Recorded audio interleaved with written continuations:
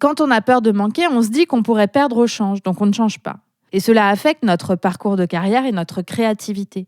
Cela affecte également les décisions qu'on prend dans le travail, sur les projets qui sont des choix sécuritaires, focalisés uniquement sur le gain certain.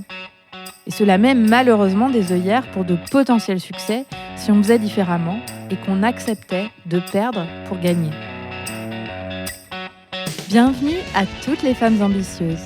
Vous écoutez l'épisode 149 et aujourd'hui, je vous parle de la peur de manquer. Je m'appelle Jenny Chamas. Je suis chef d'entreprise et master coach certifié. Femme ambitieuse est le premier podcast sur le leadership en France. Ici, j'aide les femmes à dépasser les obstacles pour intégrer et mener les organes de direction des entreprises, développer leur propre entreprise, piloter leurs équipes et devenir de meilleurs leaders. Pour me soutenir dans cette mission, abonnez-vous au podcast et laissez un avis 5 étoiles sur la plateforme de votre choix. 1000 merci. Bonjour à toutes mes chers leaders.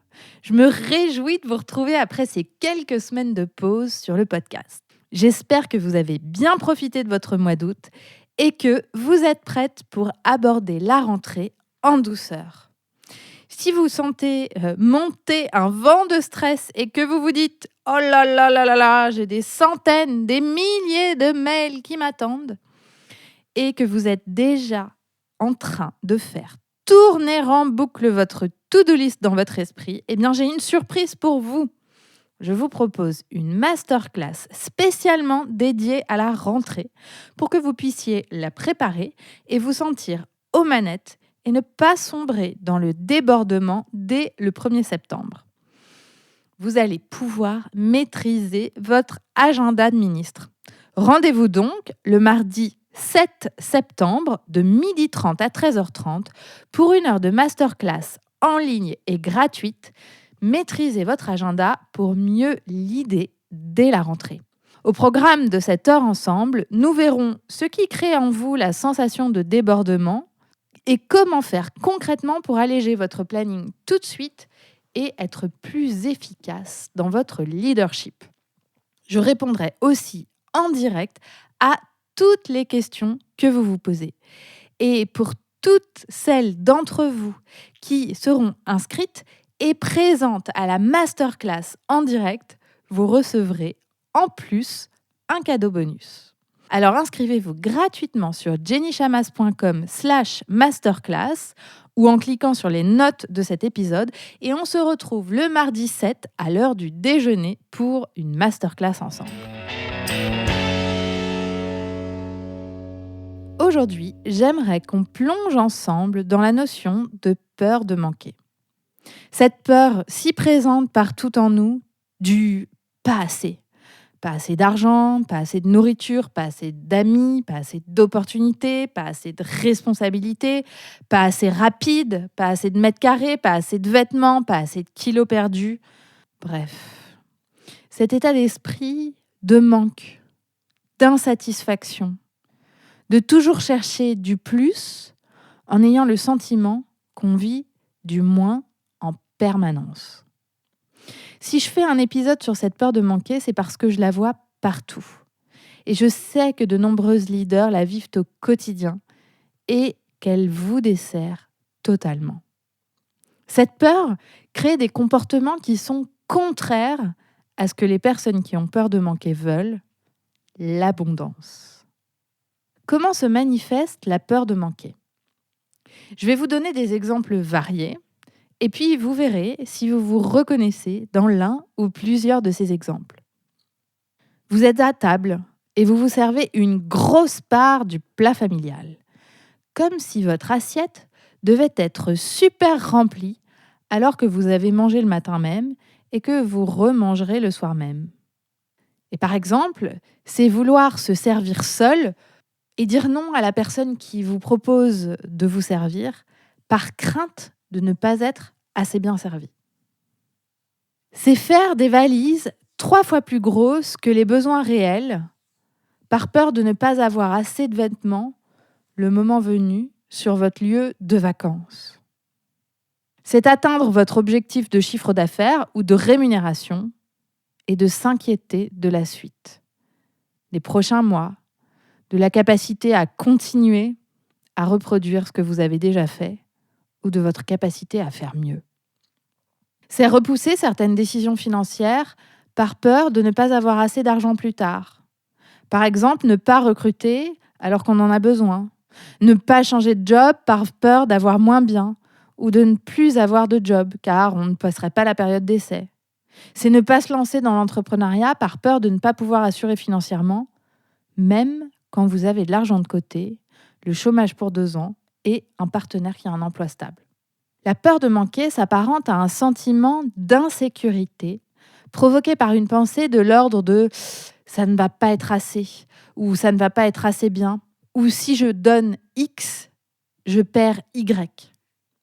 Vous savez que vous êtes dans la peur de manquer si vous vous inquiétez de l'avenir et de ce qui pourrait être potentiellement moins bien et que vous n'arrivez pas à profiter du présent qui est bien réel et potentiellement très agréable. Par exemple, vous avez un plat délicieux dans votre assiette et vous pensez déjà, au moment où il va être terminé, que vous aurez encore faim et vous voulez vous assurer dès maintenant qu'il y aura bien un dessert.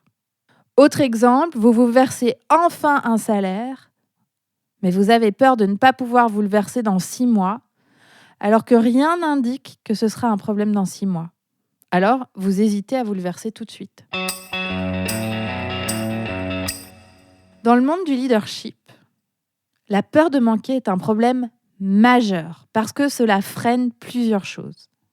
En premier lieu, cela freine la prise de risque. Pour s'assurer qu'on a assez, en général, on fait toujours les mêmes choix sécuritaires. On ose peu, on ne prend pas de risques.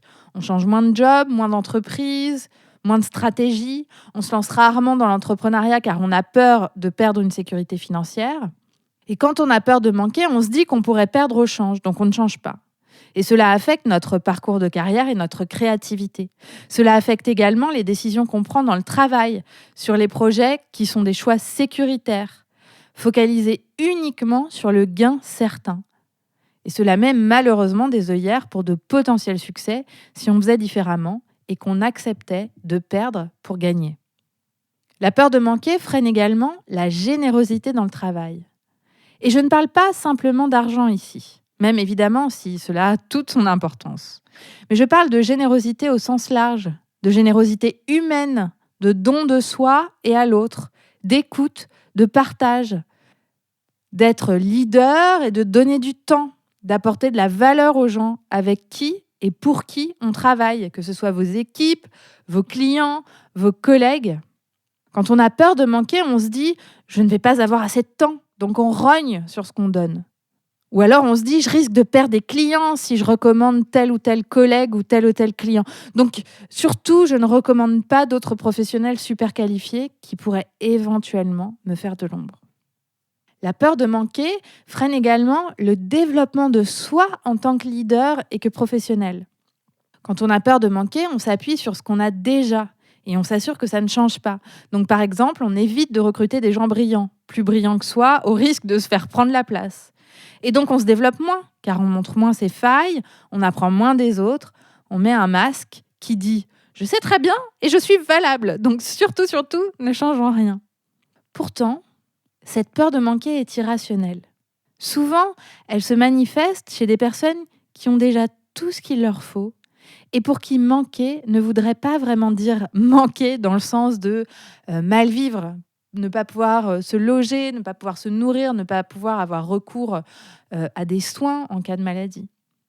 C'est une peur qui cache autre chose, qui cache des manques en profondeur, qui ne sont peut-être plus réels aujourd'hui, mais qui sont hérités de l'enfance. C'est par exemple la peur de ne pas avoir assez parce qu'on n'a pas eu assez dans son enfance, ou parce que nos parents nous ont biberonnés à cette peur alors qu'on avait pourtant tout ce qu'il nous fallait.